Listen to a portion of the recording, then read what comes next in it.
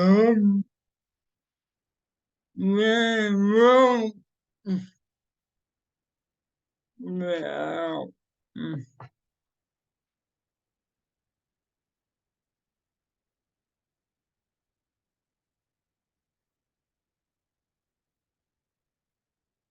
mm,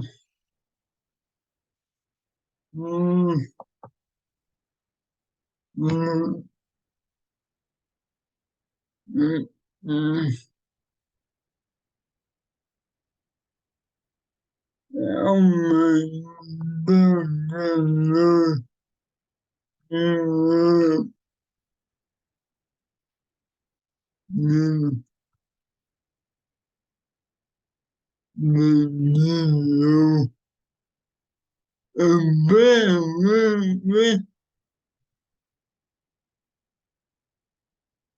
Mm,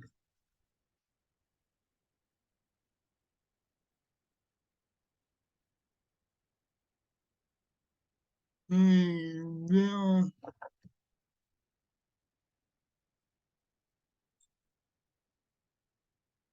mm, the example is no, no, no, no,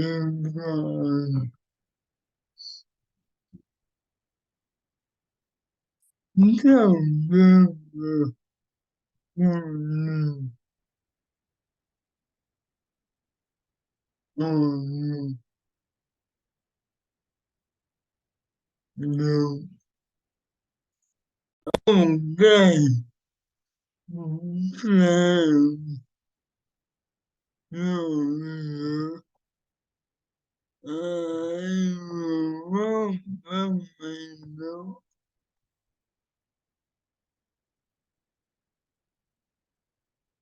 no, no, no, no,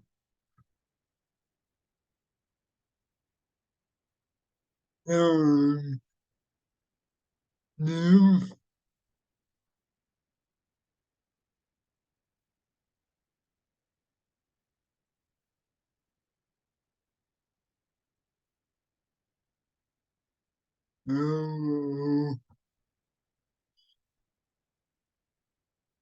no,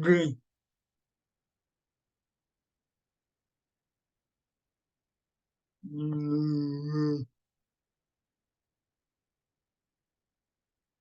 no,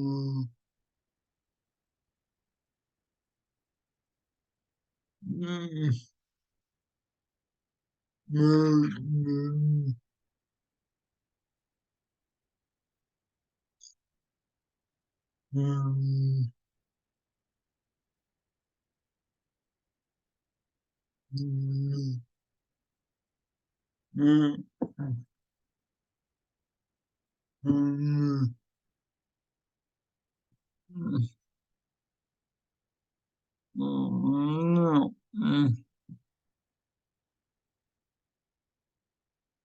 no, mm, mm, mm, mm, no, no, no, no,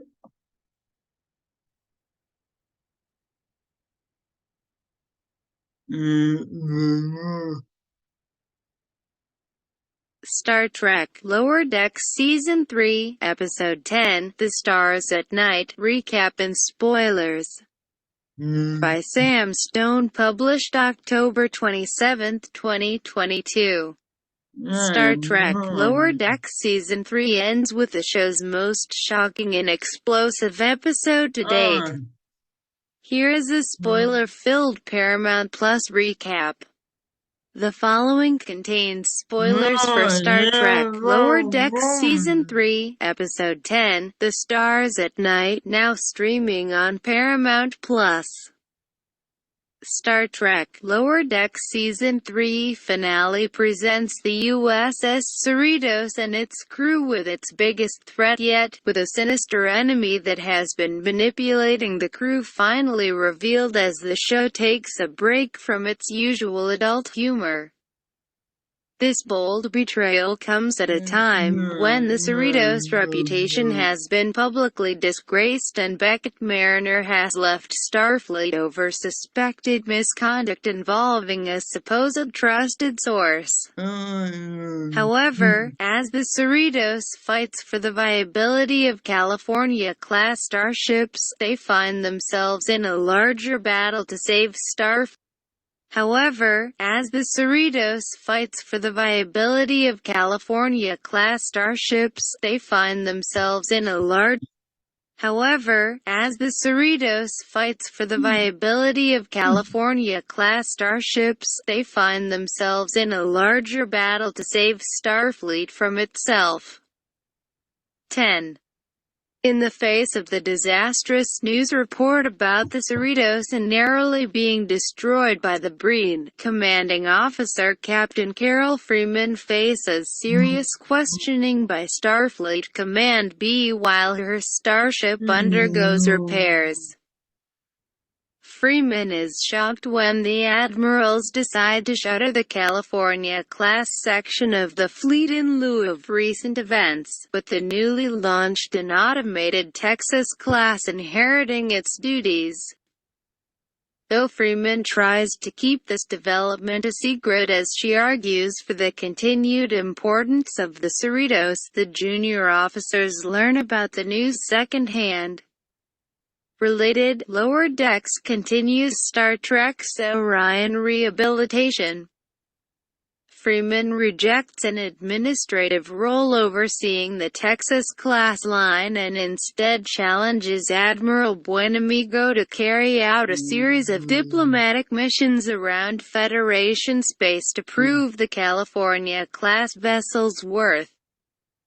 Though Buenamigo's automated USS Alito wins the race, Freeman and Ivana Tendi realize the ship ignored the Prime Directive.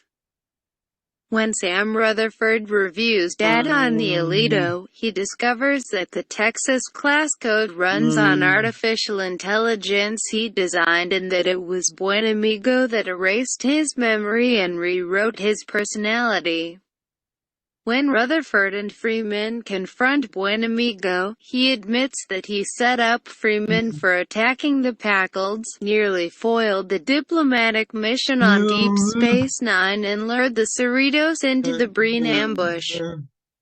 As a cornered Buenamigo activates the rest of the Texas-class starships, they become hostile and turn on him before attacking Space Dock. Rutherford identifies himself to the automated starships as their creator, prompting them to focus their attacks on the Cerritos, which falls back to mitigate further civilian casualties. Related, Star Trek Lower Decks reveals the Andorian side of Jennifer. While all this is happening, Mariner loves her career change as an archaeologically oriented pirate with Petra Aberdeen, but is suspicious about who is funding their activities across the galaxy.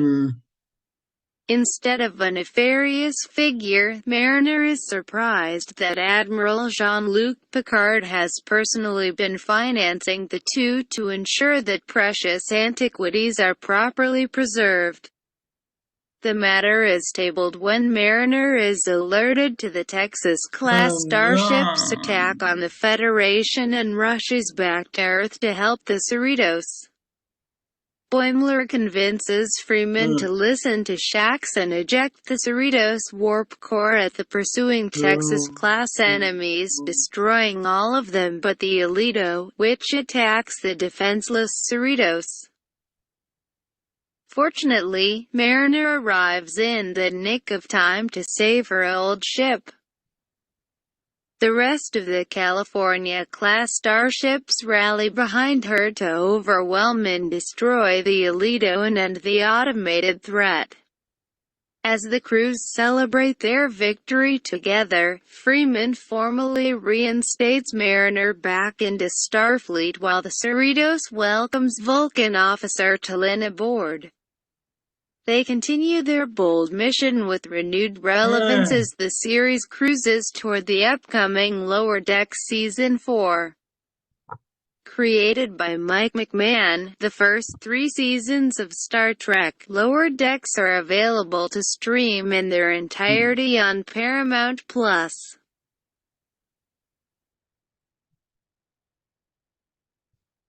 Um, no.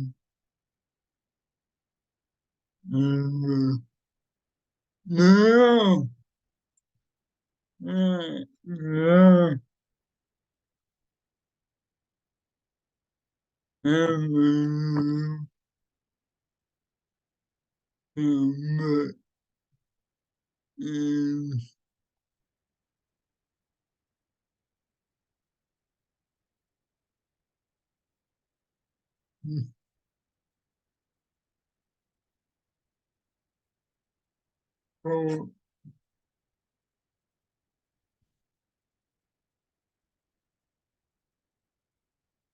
Features.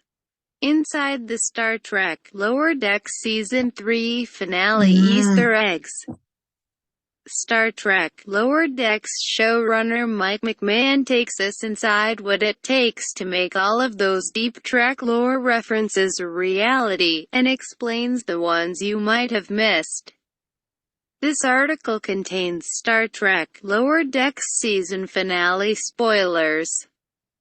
Star Trek Lower Decks Season 3 Episode 10. There are over 800 episodes of Star Trek that we can use when we need something, Star Trek Lower Decks showrunner Mike McMahon tells us when asked about his process of formulating the show's countless Trek Easter eggs. We can't use anything of the Discovery era because that ship was unrecorded in history, and we can't really use anything from Picard, but other than that, all of these years, watching and reading and doing all of the Star Trek stuff that one loved, we have the opportunity to use it in different ways all of the time. The success of Star Trek Lower Decks hinges on its light-hearted treatment of Star Trek lore and pointing out canonical humor that fans will recognize and appreciate. When originally pitched, it was only supposed to run for 2 seasons, but its humor, talented cast, and attention to detail has earned itself a welcomed place in the hearts of die-hard Star Trek fans. Everyone on staff has read the 50-year mission, Star Trek Lower Decks showrunner Mike McMahon tells us, referring to the stunning oral history of the Trek franchise by Mark Altman and Ed Gross. There were things in there that I didn't know, and we're always finding out new stuff and stuff that makes me laugh, and I'm like, we should put that in the show. He specifically praises the efforts of the artists on this show whose attention to detail also provides those Easter eggs. I challenge our artists to constantly make scenes look exactly like this episode, and they'll work hard to recreate the set like they work in a museum, he says. This is also special to me and they make it happen by doing such a great job. And the big Star Trek Lower Decks season finale is especially packed with Trek lore, callbacks, and references to other beloved franchises. The ORNARANS and the FNN logo. In episode 309, A Trusted Source, we see a big callback to the Ornarans, who fans will remember from Star Trek The Next Generation, Symbiosis. The crew of the Cerritos host a journalist who is covering Operation Swing By, a series of second contact missions for the news channel FNN. With the recap that Captain Picard had left the planet in a state of addiction withdrawal, the Cerritos was to check on their progress and make sure that the Ornerans were developing well after the last encounter with the Federation. Of course, the planet has long since moved on, after 14 or 15 years of cold turkey, leaving the Cerritos with nothing to do.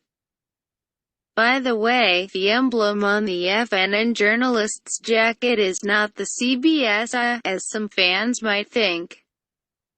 That's actually based on a real Star Trek thing, McMahon says. We were just us messing with it. If fans think back to the reporters in Star Trek Generations, they'll remember them wearing similar emblems. The Breen. The return of the Breen was also a welcome callback. A villainous and mysterious race, the Breen got a lot of love when they first showed up in the 4th season of Star Trek Deep Space Nine, but they're a race that really needs to be used more, and it was great to see them in action. In fact, in Episode 9, we see how the Breen board enemy vessels, totally new information about them. Get the best of Den of Geek delivered right to your inbox. Return of the Archons. We also hear mention of investigating if kids or the devil are secretly running the government on Arnera. Mike said that this was a usual staple of every sci-fi comedy script he writes. But the mention of Landru, who fans will remember from classic Star Trek episode The Return of the Archons, in this context is also good for a chuckle. Meridian. Of course, in episode 310, the Cerritos presumably visits the planet Meridian, in one of the Second Contact missions.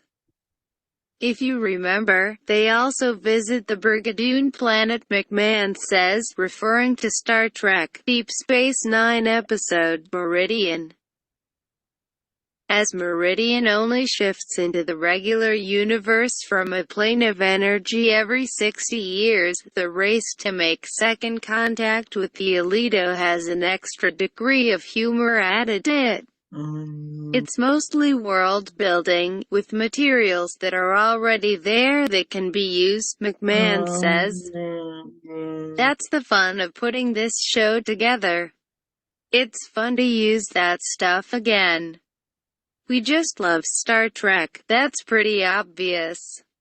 But where we're allowed to pull the deep cuts from is interesting to me. Raiders of the Lost Ark. Of course, non-Star Trek films also provide inspiration. The Indiana Jones sequence is a hilarious inclusion, including a familiar-looking idol recovered by Mariner. It's the same idol from Raiders of the Lost Ark, but we added Klingon ridges to the nose, McMahon says. Stand By Me. That was inspired by the story of the pie-eating contest from Stand By Me, he says, which Jerry O'Connell and Will Wheaton were both in. Also, it was partly from Breaking Bad when one of the characters pitches his Star Trek episode, and it's about a pie-eating contest. RoboCop. The Texas-class automated cruiser, the USS Alito, is inspired by a character from one of McMahon's favorite films as well. That was inspired by Ed 209 from RoboCop. Because, as we know, when computers turn red, that's when they become independent and the bad stuff happens, he says. The ultimate computer. Speaking of computers, the computer tie-in console to the Alito is the same one fans saw with the M5 computer in another classic Star Trek episode, The Ultimate Computer. Yup, Mike confirmed. And don't forget when Rutherford calls the Alito a dunce, referring to the moment in The Ultimate Computer, when Captain Kirk gets referred to a useless part of a ship by one of his fellow captains. The USS Vanketters. One of the really fun moments was the appearance of a Sovereign-class cruiser that defends the Cerritos from the Alito, the USS Vanketters. John Vanketters is the vice president of Star Trek brand development, and this is a tribute to him. John Vanketters is the best, McMahon says. I met John when I was writing my book, Warped.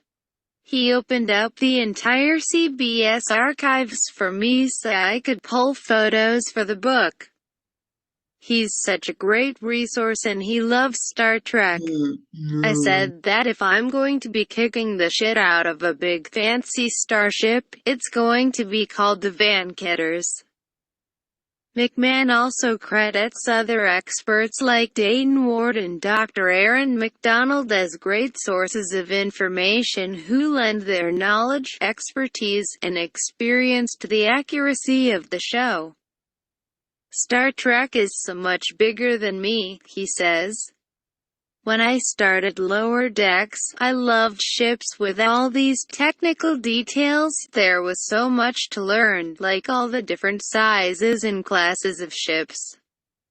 It's kind of like I'm making the show, but I'm consuming it at the same time. So, I'm learning more about this thing that I really love. Star Trek Lower Decks Season 4. We wanted Season 3 to end on a happy note, he says. It's a homecoming. Everyone's in the bar, there's a real happy feeling. Mariner has a better relationship with her mom, with Ransom and Tillin enters. Oh, and there's a lot of Tillin coming in Season 4. Then, there's the bit we add after the end of the credits, which tells you that we are cooking up some really fun stuff for Season 4. That fun stuff involves a post-credits scene depicting a scavenger vessel returning to Peanut Hamper's debris field and recovering Rutherford's old implant. On the ice screen, we see an image of Badgie. Rick and Morty Season 6 Episode 8 Review. Analyze Piss. In Season 4, we tread all new character ground, but in a nice way, he says. I wouldn't say that it's bleak at all. I think part of Lower Decks is that we go dark for higher stakes sometimes, but most of it is that feeling that TNG used to give me. It's playing racquetball or eating sundaes in the bar. It's always been the downbeats. I love that feeling that Star Trek gives you. Like Go Away Q, we're researching a nebula. That's Season 4. It's really fun, it's really funny, and we don't retread old character ground that we've already covered. So, what's McMahon most proud of this season? I think people understand Lower Decks now. We've got 30 episodes done and we're going into a Season 4. Isn't that crazy? I'm so happy that we get to make it. We have so much support from the fans, from Paramount Plus, Secret Hideout. This is the one time this show could have existed. And I'm so lucky. Rick and Morty Season 6 Episode 8 Review. Analyze Piss.